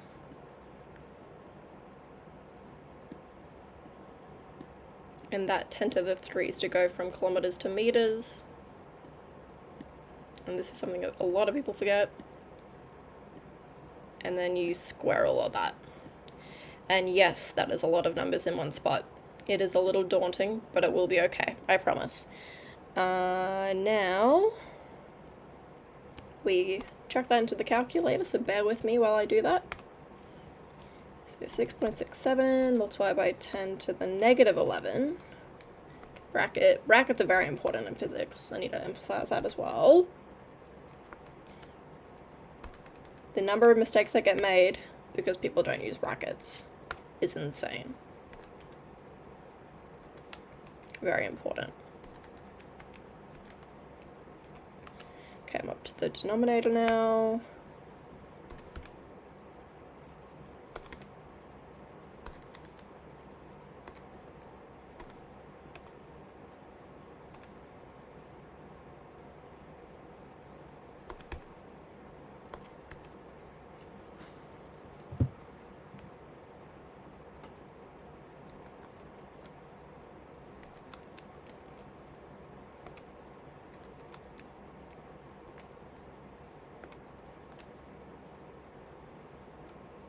Alright, we've got a number. The force is, and I feel like this is really low now that I look at it.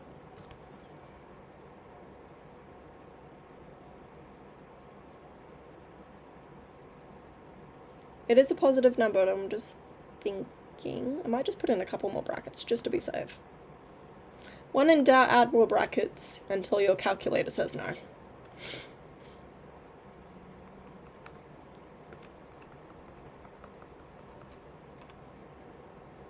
No, same answer. Okay.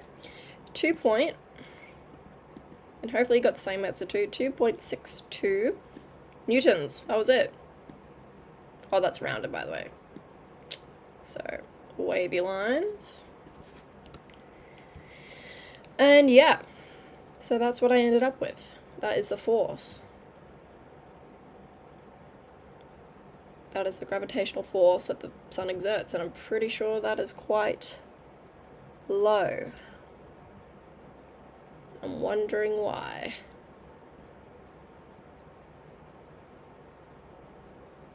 Because it has to be in meters. So it has to be multiplied by 10 to the 3. It could... No, I don't see a mathematical error there, so we're just going to go by that answer. If you have any questions, or you're not so sure, or you all ended up with a completely different answer to me, then please put it into the chat. I'm just looking back and forth here. I feel like that should all be... I feel like I should have ended up with a much bigger answer. Oh well, that's okay.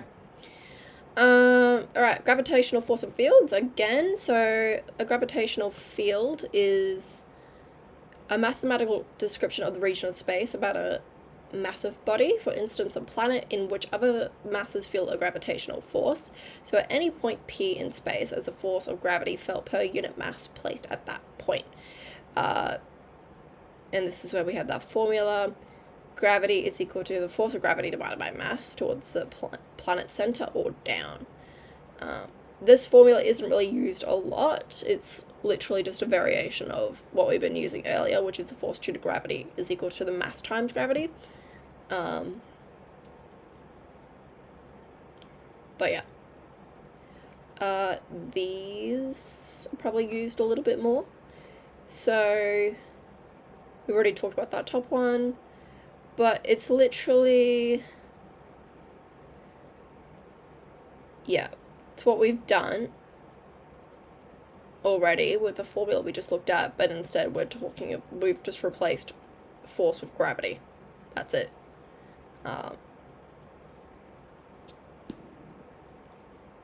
But we've also included, I don't know why they've involved D at the bottom if we're not actually using D. They're literally just been about R. This is R. Not to confuse you. This gets provided, once again. Yeah, so this is the gravitational field of the planet, okay? Alright, orbits.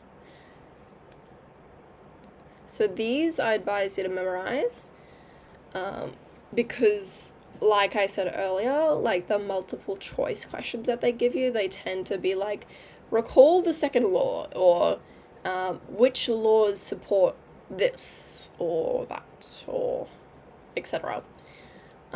Or this is happening to this planet.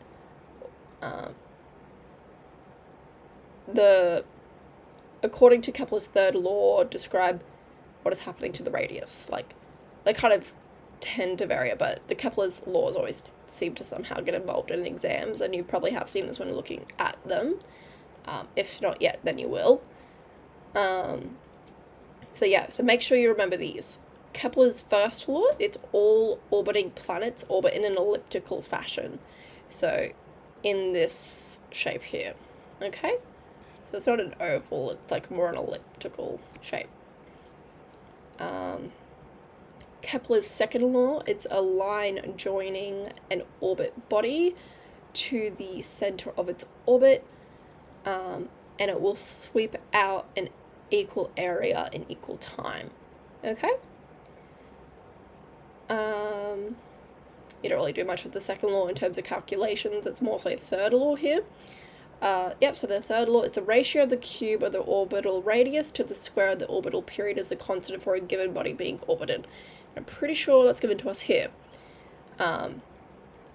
So the empirical relationship between the period and the radius of an orbiting satellite and the mass of a central body being orbited.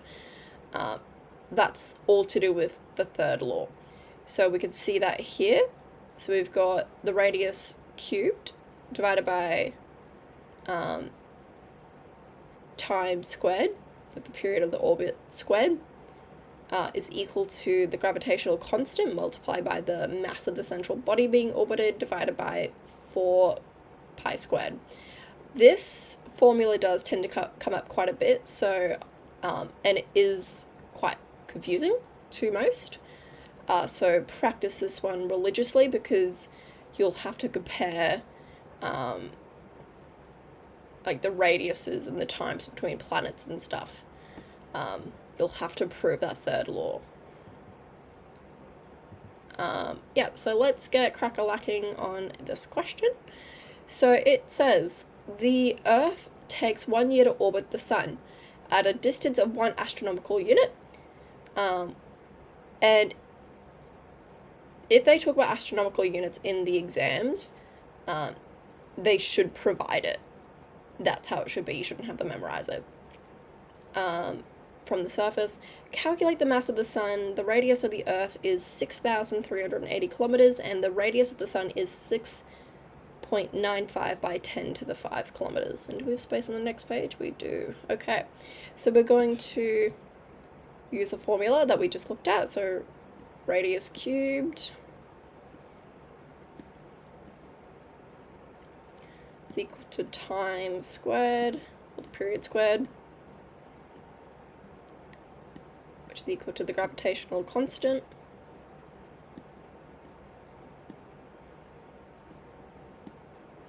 multiplied by the mass divided by 4 pi squared.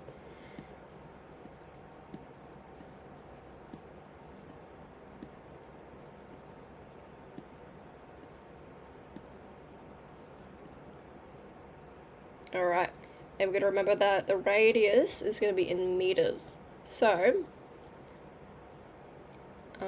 we need to make sure we add all three of these. So this bit, that bit, and this bit. Alright, so just thinking, yeah. So it's very similar to what we did in the previous question. And we're just going to make sure we multiply it by 10 to the power of 3 to get it from kilometers into meters, because there are 1,000 kilometers in there are 1,000 meters, sorry, in a kilometer. So we'll write that in. So I'll just start with the first one. 1.5 by 10 to the 8.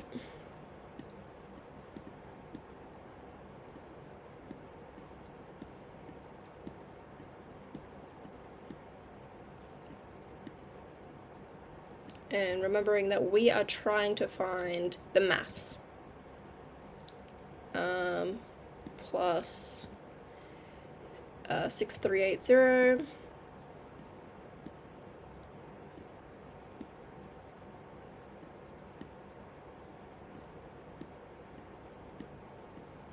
Plus 6.95 by 10 to the 5.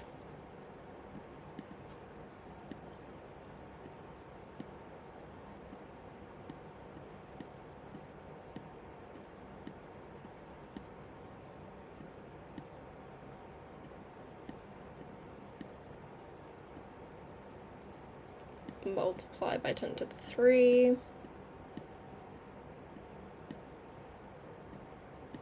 More brackets. Squared. Over period, which is 1 year. Wait, but isn't that in... It's in seconds. Oh, would you look at that? So now we're going to do some magic math here. So if you think about it, 1 year,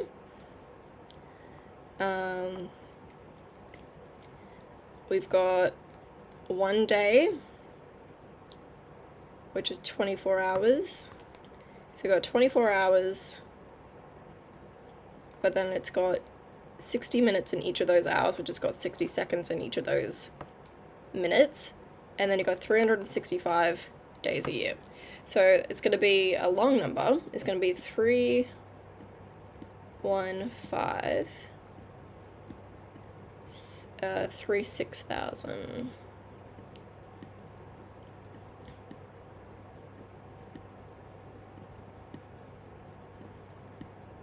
Squared. Oh, I just realized that one's actually cubed. We've got the gravitational constant, which is G. Multiply that mass. Divided by 4 pi squared. What I might do, just because we're running on a little low on time, I might just quickly zip through this question and just put it into the calculator and tell you what the answer is. So we got 1.5, 10 to the 8, plus 6380, plus 6.95 by 10 to the 5, by 10 to the 3. 315, 6, oh wait, 36,000, squared.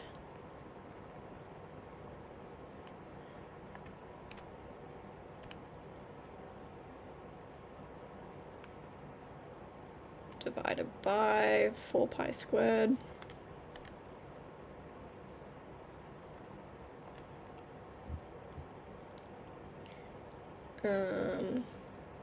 Oh, it's not divided by, it's multiplied by. Sorry. And then we're dividing by the gravitational constant, which is going to be 6.67 by 10 to the 11, negative 11, I should say, sorry. And that's going to be, our mass is going to be very big. It's going to be 2.04 by 10 to the 30 kilograms.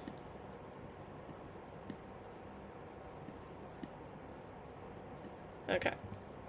We're going to go on to the next question. Okay. But yeah, that formula can be rearranged. This is something worth remembering, that it can be derived by the relationship between Newton's law of universal gravitation and uniform circular motion. So yeah, just keep that one in mind. Yep, so onto electrostatics. This is a very important formula to know. This one will be provided to you, and Coulomb's constant will be provided as well. You have to remember that point charges will be attractive if the charges have opposite signs, and repulsive if the charges have the same sign. I'll let you pause and take notes there, but I'm going to move on. That is the charge of an electron. Says to calculate the magnitude of electric force between two electrons placed 1 millimeter apart. And I'm just thinking, did I even... Wait. I think we're going to move on from this question because we don't have a lot of time. But we'll do... I think it was this question instead. Yeah. Alright, to calculate this one, calculate the electric field strength at 2 centimeters from a charge of 2.5 coulombs. So we got the work from A to B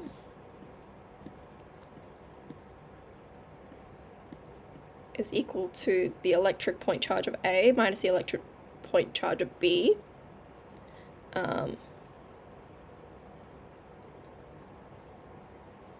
Is this the question that we're going on? Oh, sorry. Where did it go? Oh, this is the question that I prepped for. Okay, so I just missed 2 questions completely.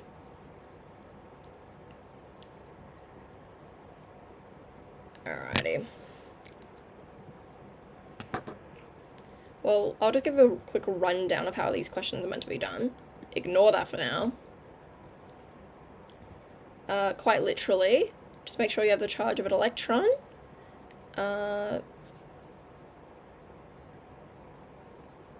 Because you'll need it for Q here and Q here, because those are the charges. For the 2 electrons, they give you the constant, and the radial distance is 1 millimeter. So just make sure for the radius here, you convert it into meters. That's all there is for that one. Yeah, so ignore that math there. Make sure that you put in 2 centimeters here, but make sure it's in meters. And this is 2.5 coulombs. This is the formula that you'll be using, because you're only talking about 1 point charge. So this is where you have that information from here. And then this is a bit of a challenge question. So I should have started with this one. There's only a little bit of working, but I'll just talk through it really quickly.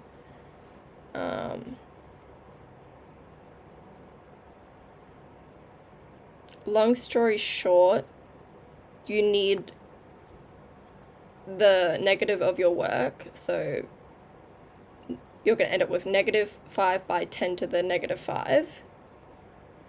And then you need that value, and you need to divide it by the charge that they give you, and then that should give you your answer. Sorry, I don't have time to write it out.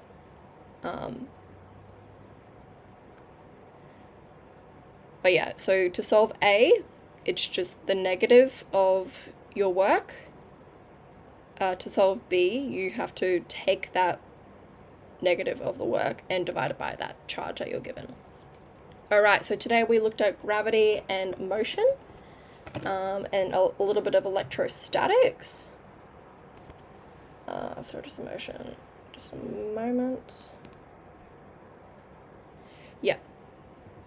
And just some tips on how to remember stuff. So to learn this kind of content, we've got a few different options. This is some of the stuff I've found particularly helpful. I highlighted flashcards here because I use them religiously when going on a bus, before and after class. And yeah, just whenever I shouldn't have been on my phone and I was like, okay, I can make better use of my time, I always pulled out some flashcards. They do take some time to make if you're making them your own. Otherwise, you can find some ones that are pre-made online. And you can just print them, or you even got websites that are just dedicated to physics. So another thing you can do is draw out the system. So draw out your diagrams, draw out your projectile motion, inclined planes, and label. Do mind maps, Cornell note-taking, active recall, what's the most important info and how can you use it to your advantage. Make sure you talk about those formulas, those units. Work with a friend as well that might be studying at the same time. I found that so helpful because, you're all going through it together and you might as well, help each other out. And this one, last one I don't do personally, but a recorded recall. That's totally up to you if you want to use that one. I never used it personally because I couldn't watch myself back, but if that's your boat, then yeah, you do it. Anyway, those are some general study tips. You can have a look at it on the download. Those are some general exam tips. And yeah, hopefully you guys enjoyed today's lecture. If you have any questions, pop them into the chat. We'll still answer them. Otherwise, we'll see you all next time. Have a great day.